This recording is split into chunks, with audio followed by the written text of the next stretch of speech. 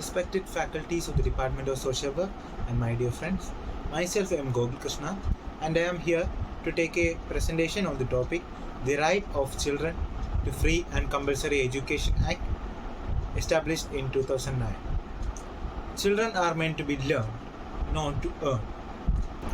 My team consists of myself I am Gokul Krishna, Lakshmi Priya and Krishna Priya. I will be taking the part Introduction. The Right to Education Act, that is RTE, is important legislation that marks a watershed in the education system in India.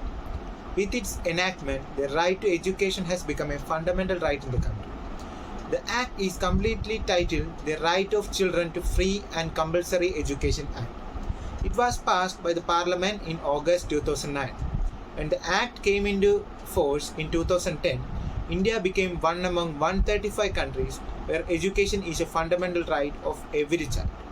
The 86th Constitutional Amendment, which was established in 2002, inserted Article 21A in the Indian Constitution, which states, "The state shall provide free and compulsory education to all children of 6 to 14 years in such manner as the state may by law determine."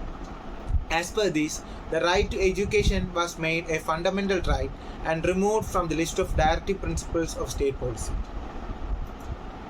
The article incorporates the word free in its title. What it means is that no child is liable to pay any kind of fee or charges or expenses which may prevent him or her from pursuing and completing elementary education. This act makes it obligatory on the part of the government to ensure admission, attendance and completion of elementary education by all children falling in the age bracket 6 to 14 years.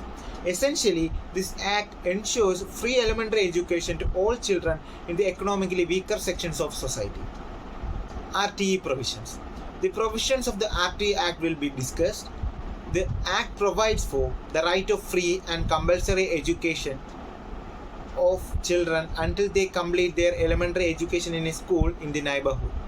The Act makes it clear that compulsory education implies that it is an obligation on the part of the government to ensure the admission, attendance and completion of elementary education of children between the ages of 6 and 14. The word free indicates that no charge is payable by the child which may prevent him or her from completing such education.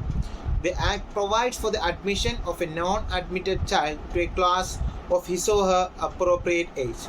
It mentions the duties of the respective governments, the local authorities and parents in ensuring the education of a child.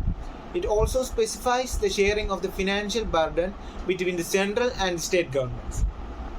It specifies standards and norms for pupil-teacher ratios, that is PTR, infrastructure and buildings, working days of the school and for the teachers. It also says there should be no urban-rural imbalance in teacher postings. The Act also provides for the prohibition of the employment of teachers for non-educational work other than census, elections and disaster relief work. The Act provides that the teachers appointed should be appropriately trained and qualified.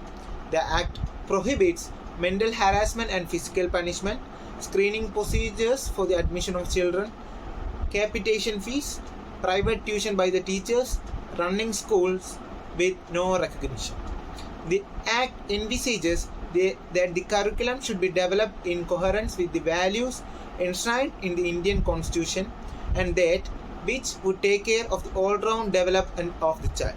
The curriculum should build on the knowledge of the child, on his or her potentiality and talents, which help make the child free of trauma, fear and anxiety via a system that is both child-centric and child-friendly.